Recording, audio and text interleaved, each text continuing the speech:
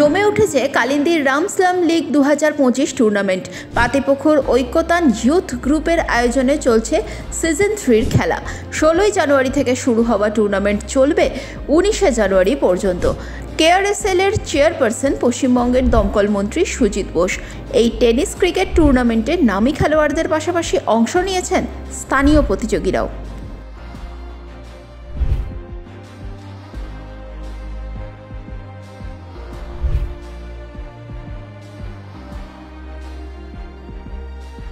High, this is জটু দেব। আমি কেআরএসএল Kalindi রামস্লাম league 2025 সালের season 3 committee member. খুব ভালো খেলা হচ্ছে এখানে। টেনিস ক্রিকেট খেলা খুব প্রচলিত এবং আমাদের এই অঞ্চলে, কালিন্দি অঞ্চলের একমাত্র টুর্নামেন্ট টেনিস ক্রিকেট টুর্নামেন্ট, যেটা অনেক বড়োভাবে হয়।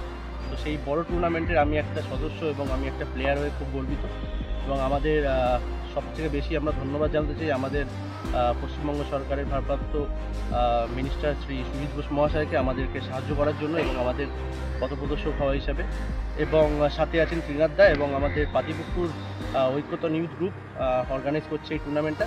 তো প্রতি বছরের ন্যায় আমরা এই বছরও অপেক্ষা করেছিলাম এবং মাঝখানে কোভিডের জন্য কিছুদিন বন্ধ থাকাতে খুব অপেক্ষায় ছিলাম আমরা যে এই সিজন 3টা আসুক। এখানকার লোকাল ছেলে এবং বাইরেরও কিছু ছেলে যারা অনেক বড় নামের আছে যেখানে আমাদের টেনিস ক্রিকেটে।